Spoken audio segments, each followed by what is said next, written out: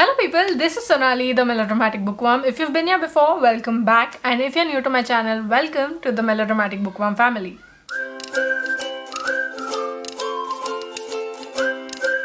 I'm here today with the second part of my October wrap-up. I know it's a little late, but I got a little late in filming it. But I thought, okay, if I don't do it now, then I think I'm just going to not ever do it. So here I am. I read 7 books in the second half of October and I'm really happy with the books that I've read. I did not actually read anything that I hated, I think, except one book which I didn't like. I won't say I hated it, but I am not a big fan of that book. Without further any ado, let's get into this video and let me share with you the 7 books that I read in the second half of October 2020. First up is My Dark Vanessa by Kate Elizabeth Russell. This is the story of Vanessa Y, who got into a relationship with her English teacher when she was 15, and at the time she thought that it was completely fine.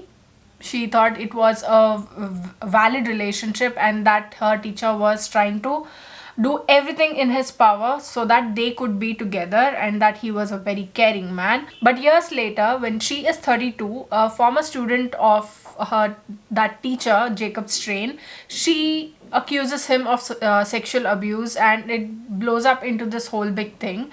And now Vanessa has to confront her feelings about what had happened back then. She is not ready to accept that Jacob Strain could be a child molester, a sexual abuser. She is sure that Strain loved her as much as she loved him, and that it was a valid, a very pure relationship. And now that she is forced to rethink everything that happened and everything that she narrates from her time with Jacob Strain way back when, it's a horrifying recounting, and she has to come to terms with what exactly happened and to perhaps accept the fact that she might be one of the many victims of Jacob Strain and he was a serial child abuser. This is such a horrifying book to read, especially because we know that men like Jacob Strain exist and they take advantage of teenage girls' fragile mental state, and they rape them and gaslight them for their own sexual interests. That's so disgusting in a lot of ways, and this book chock full of it right from start to end. If you can see these tabs, these are all the places in which Jacob Strain either raped or gaslighted Vanessa. I mean, I can't even explain the kind of things that Jacob Strain says and does to Vanessa Y in this book, and it's revolting. This book also includes victim blaming and shaming, and I was sort of expecting that, what with Jacob Strain being the kind of man that he is. It all ended up in the way that he wanted to happen, because he is the authority, he is the male power figure in this equation, and people are going to take his word over the word of a 15-year-old. And this is the whole sort of manipulation that you can see very clearly from starting to end. And I feel like this happens where we sort of see others' lives more clearly than our own. You're reading about Vanessa's life, you're reading about what she went through, she's explaining it in her own words, she's telling us what he said at that moment in time, and you're like, that's a red flag, you need to get away from there. This is a very distressing book, and I must warn you, it was hard hitting. It was a necessary call to open our eyes. We need to make sure that men like Strain are brought to justice, and they don't prey upon young girls like he did in this book. And the very memory of reading through this book is giving me chills because of how uncomfortable I felt while reading it. But it also is a necessary eye-opener, and it's powerful.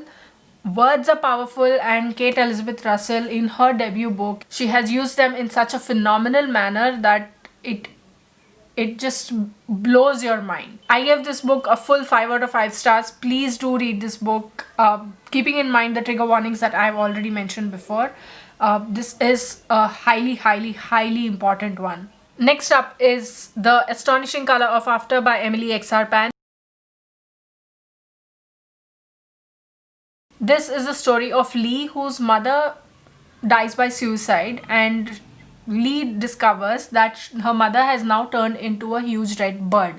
But she now has to travel to Taiwan to find out her family's history and how her family's history has a bearing on what went through her mother's mind and what made her family into the family that it is at the moment. This is a pretty simple explanation of what this book is about, because there's a lot more to this book than just that. There is Lee's dad, then there's Lee's grandparents, Lee's best friend Axel, who she has feelings for, and they kissed and now she doesn't know where she stands with him.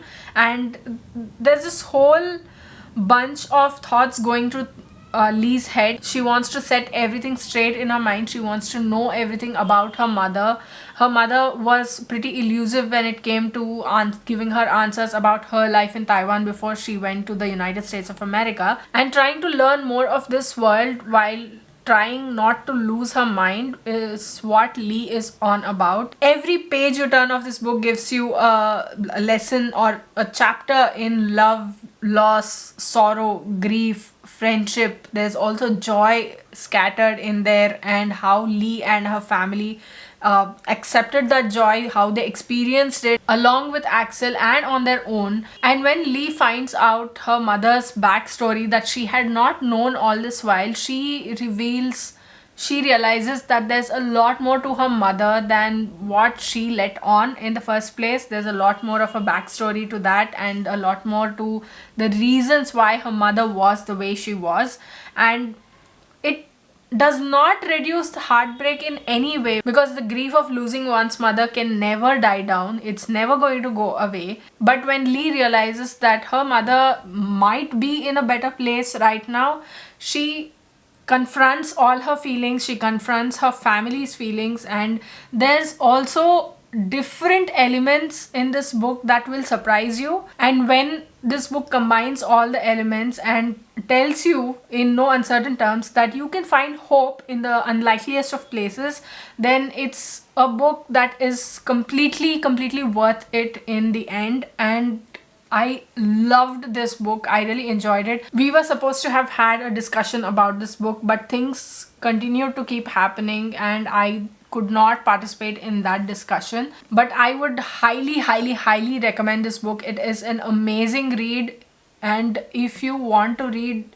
something that's colorful yet it is deep, but it will also give you hope, but it will also make you happy, but it will also make you cry, which will it starts off doing. Like, the book starts off by making you cry, and if you are ready for all of that, then this is a book that you should definitely not miss. This was on the 20 books that I wanted to read in 2020 list, and I'm really glad I read this book. I gave The Astonishing Color of After 4.5 out of 5 stars.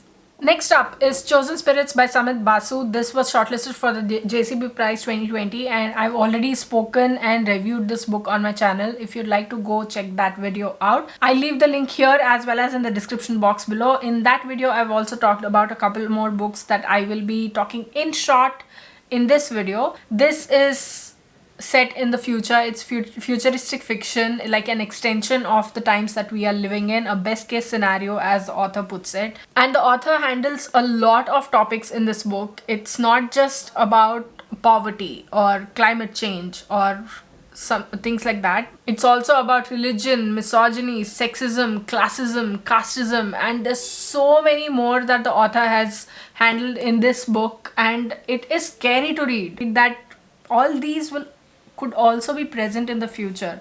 Like, how will they go away so soon if there are still people living today who believe that the existence of those is integral to humanity? Please go watch my video on the JCB Prize shortlisted books, and I've reviewed this in detail in that video. I gave Chosen Spirits 4 out of 5 stars. Next up is Anxious People by Fredrik Backman, and this was a subscriber pick for the month of October, and I vlogged and reviewed this book on my channel. It's already up, the video. If you'd like to go check that out, I'll leave the link here as well as in the description box below. This is the story of a bank robbery turned into a hostage situation, and it goes absolutely bonkers.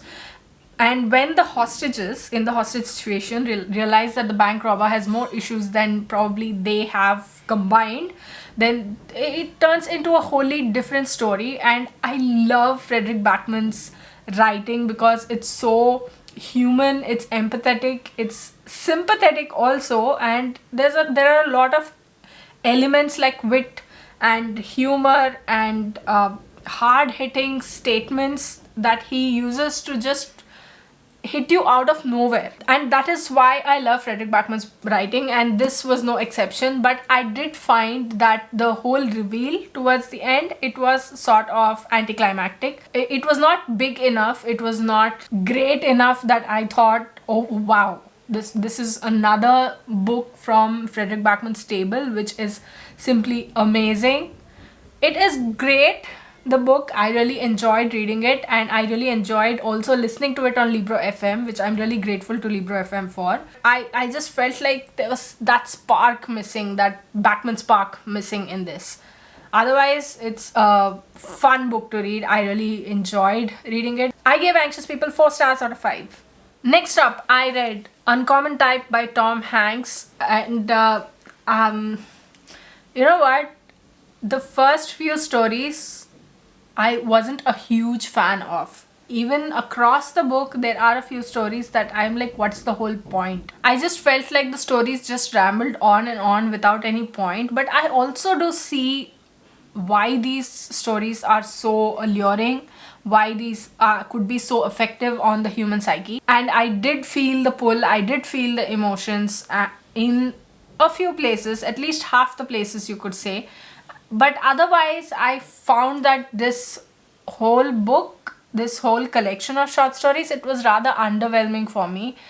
I mean, I love Tom Hanks, but this book just did not work for me as much as I wanted it to. I probably had way too many expectations from the book, but that's just me. There is one common thread throughout these short stories. A typewriter. A typewriter makes an appearance in some form or another from the first story to the last story, and I was actually keeping my eyes peeled for its appearance. Like, oh, there it is. Even if it's in the background, it's there.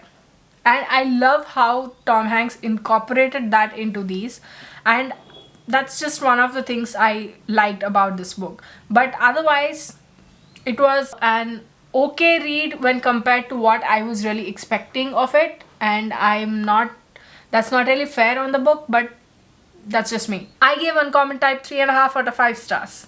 Next up is Mustache by S. Harish and translated into English by Jayashree Kalathil. This was also shortlisted for the JCB Prize 2020, and I have the full video review for the JCB Prize shortlisted books, so please go check that out. I will leave the link in the description box below. I won't talk much about this book since I've already reviewed it in a separate video and blah blah blah blah blah. This is the story of Vavachan, who is a Pulayan who lives in the Kuttanad region of southwest Kerala. He is offered the role of a policeman in a play, and when he plays that character with the whole mustache and all that, he does not want to take the mustache off. He grows into that mustache. He becomes that character while other people are back to their own lives. Their characters affect them, but not as much as this one affects Vavachan. And it follows Vavachan's journey through the geography of Kuttanad, of the Kuttanad region, and through the canals, through the plantations, through the fields, the people around them, the caste feeling. There's a lot going on in this book, but I did not like this book that much. And I do feel that it's a reflection of reality, but I did not like this that much.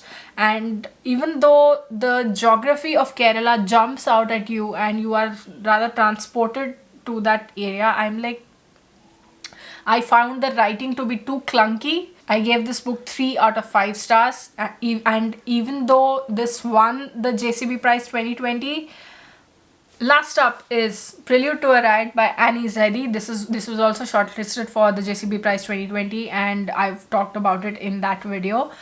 This is set in a small plantation, spice plantation in Kerala, I think. According to the descriptions, it feels like it's set in Kerala. And there's religious divide, communal hate, and how two communities living together can turn against each other while the whole atmosphere goes into overdrive. There's so many thoughts that go into living an everyday life with another community. I really liked reading this book because there are so many truths in here that you would probably not want to acknowledge. There's discrimination, there's communal hate, and there's so much more going on in this book, which is literally the story of a prelude to a riot. You don't read about the said riot, but it's there. You see the build up right from page 1 to page 181, and the book is so short that you think, okay, is that all it takes to start a riot? It's a great read, an important one, and I gave this book 4 out of 5 stars. So those were the 7 books that I read in the second half of October 2020. Which of these have you read? Which ones did you like? Which ones did you not like? Which ones would you want to pick up next? Which ones do you want to add to your wish list? Let me know in the comments below. I'd love to hear from you. If you like this video, please like it and share it to spread the word. And if you like my content and would like to see more from me, don't forget to hit subscribe and click on the bell icon beside the subscribe button to get notified as and when I post new videos. Thanks for watching. I'll see you in the next video. Until next time, keep reading, keep watching, and add melodrama to your life.